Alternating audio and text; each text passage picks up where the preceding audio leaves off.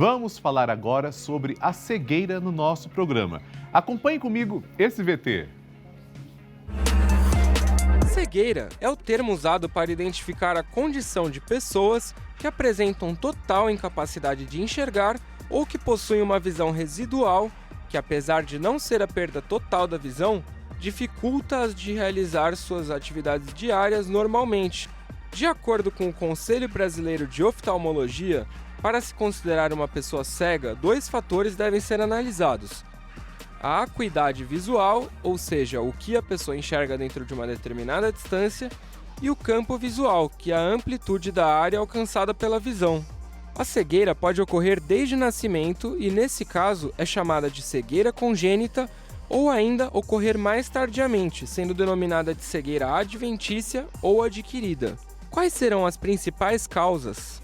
Será que todo tipo de cegueira é irreversível? Independente de ser parcial ou total, a cegueira provoca um grande impacto na vida das pessoas. Para o senso comum, parece impossível a ideia de viver no escuro sem enxergar. Isso é o que pensamos, é a ideia que temos. Por isso, acompanhe agora o nosso papo e vamos ouvir quem tem propriedade para falar sobre o assunto.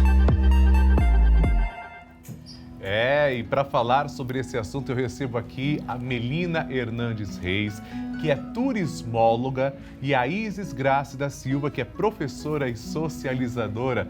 Boa tarde para vocês, sejam bem-vindas. Boa tarde, Padre Lúcio. Que alegria. Prazer estar aqui.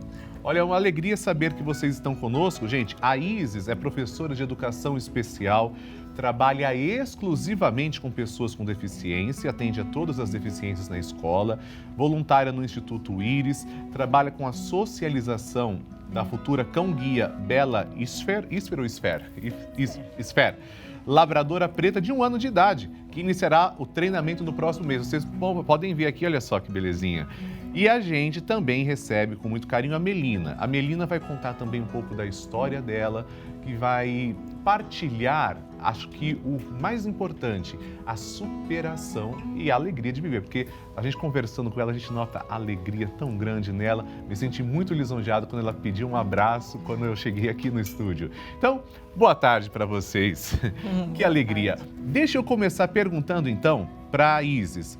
Isis, como começou esse projeto, né, de ajudar as pessoas através desse método que você está treinando? Por exemplo, 1 ano de idade, né? Está começando, logo ela vai ficar preparada? Como é que é esse processo? Não, na verdade, uma das etapas do treinamento do cão-guia é a socialização. Depois ele vai ter uma outra etapa, que aí é o treinador que faz. Eu faço a parte da socialização, então quando a gente aceita fazer esse trabalho voluntário, esse cão passa a fazer parte da nossa rotina. Então ele vai comigo para todos os lugares, assim. Sei. Então todos os lugares que eu frequento, ele começa a ir, porque a função da família socializadora é apresentar o mundo para esse cão. Então a gente apresenta todos os espaços possíveis que ele vá vir a circular na sua vida quando estiver já acompanhando uma pessoa com deficiência visual. Então, a gente tem esse compromisso de apresentar para ele como que é estar utilizando o transporte público, como que é acompanhar a gente, por exemplo, num restaurante, no nosso ambiente de trabalho. No meu caso, eu sou professora e eles vão comigo para a escola, né? Eu consigo levar ela, então ela participa das minhas aulas, então ela vai em tudo. Se eu tenho aula de natação, ela vai, eu tenho aula de dança, ela vai. Se eu tenho consulta médica, ela vai. E esse é o objetivo. E aí a gente também cuida para que ela aprenda comandos básicos, né? De ficar, de sentar. E isso a gente vai aprendendo, ensinando. Ela está querendo alguma coisa. O que será que ela quer? Aqui. Solta. Então, isso faz parte, tá vendo assim? Para ele chegar a um nível de equilíbrio, a socialização, a gente vai ajudando isso, vai ensinando. Como a gente tem 1 ano para ensinar, a gente tem esse tempo. Vai que morde, né? Vamos tomar cuidado. Mas não morde, não. É pura brincadeira, ó. É pra brincar, né? Esse é um dos desafios da família socializadora. Eu imagino. Mas a gente tem que estar preparado, assim, para atender, porque o animalzinho, ele é treinado. Aí a gente tem que sempre saber o que ele está querendo comunicar. E você traz esse trabalho brilhante de entender, através do comportamento, o que ele precisa. Sim. Então eu acho muito bonito e eu acho muito bom que você hoje partilha com a gente. Agora, a Melina, Melina, eu tô vendo aqui que aos 14 anos você descobriu ter uma doença degenerativa que afetava a sua vista. Começou aos 14 anos? Você pode partilhar isso com a gente, por favor? Isso, começou aos 14 anos e eu tenho uma doença degenerativa na retina. Na retina. Então, é uma doença progressiva e eu fui perdendo a visão com o tempo. Sei. Aos 27 anos, eu descobri que, além da degeneração na retina, eu tinha desenvolvido catarata também.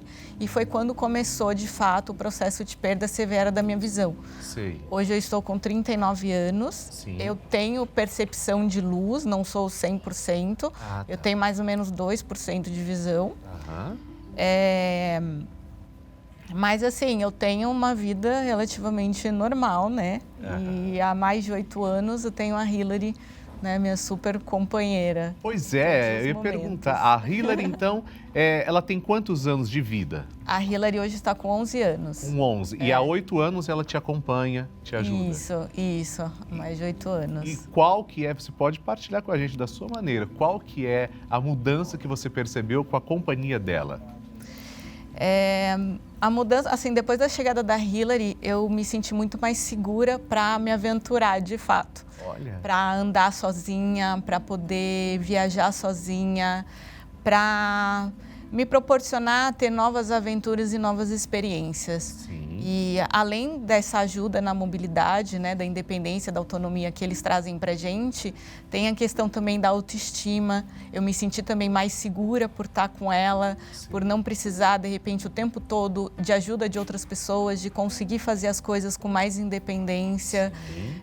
Fora, né, o companheirismo, o amor que eles dão pra gente, que é incondicional, assim. São muito companheiros, né? Eles estão brincando ali, ó.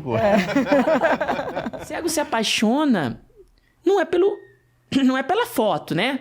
Não é pelo físico, tanto que nunca aconteceu comigo de ficar com alguém numa night. Tipo, não tem lance de paquerar, deu uma olhadinha, deu uma piscadinha, não. Nunca aconteceu, não. Nunca aconteceu. Mas é pelo papo, é pelo toque, assim, quando você conhece a pessoa, né? Pela voz, pelo cheiro, enfim, tudo. É uma soma de elementos. O papo eu acho uma das coisas mais afrodisíacas que tem. Eu acho o papo muito bom. E é isso, é a voz. Não é se a voz é bonita ou feia, né? O que a voz transmite. A gente consegue enxergar um pouco de vocês pela voz, pelo jeito de falar, né? Pelo bom dia. Às vezes Nós estamos vendo, né? Acabamos de assistir um jovem com deficiência visual contando como ele faz para paquerar. Então você viu aí a criatividade e agora nós vamos então à resposta que a Simoni tanto espera. Isis, e aí, o que você conta para a Simoni? Então, realmente a impressão da Simoni é a correta, né? O que informaram. A gente não mexe com o cão-guia. No caso, quando ele está em socialização, o que vai identificar ele é o colete. Então, o colete, né? Então, a Bela, ela utiliza um colete que tem como cão-guia e o nome do Instituto Íris e escrito treinamento. Isso identifica que a gente não pode mexer com ele. Isso também ajuda o cão a compreender. Não é só as pessoas a compreenderem que ele está trabalhando, mas o cão também compreende. Então, toda vez que a gente vai colocar o colete, quando a gente está em socialização, a gente vai dizendo, vamos trabalhar? Vamos trabalhar? E aí, esse cão vai associando ao longo do processo que, quando eu estou de colete, se exige um pouco mais de mim. Então, eu tenho que ter mais compostura, né? Exige um certo comportamento dele. O cão também vai entendendo isso. E quando ele está acompanhado da pessoa... Querem brincar, estão fazendo a farra aqui no estúdio.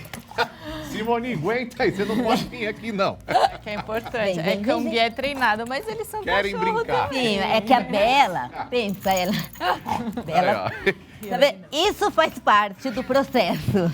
Claro. Vem, Bela. É que ela tá astuta, né? Tá vendo, Simoni? Se você tiver... Por isso você tem que ficar aí, senão você vai começar a brincar aqui e não tem mais pergunta. Pode continuar, por favor. Então, e aí ela vai... A Bela ainda está em processo de compreender, né? Sei. Então, ela vai compreendendo. Olha, eu tô de colete, eu não posso brincar com meu amiguinho agora. Mas é um processo, né? Tanto que a socialização, ela dura 1 ano. Sei. Então, a gente não consegue fazer isso de uma semana para outra. E aí, essas pessoas com qual a gente vai entrando em contato no dia a dia, vai compreendendo. Eu percebo que, assim, ó, no minha experiência como socializadora, as pessoas já compreendem um pouco mais quando esse cão está acompanhando a pessoa com deficiência visual, mas quando está com o socializador, ela não compreende muito. Porque ela pensa assim, ela enxerga, então não tem nenhum problema de distrair esse cão. Aí a gente vai dizer assim, tem sim, porque atrapalha na aprendizagem dele. Vem. Bom, então enquanto elas estão brincando.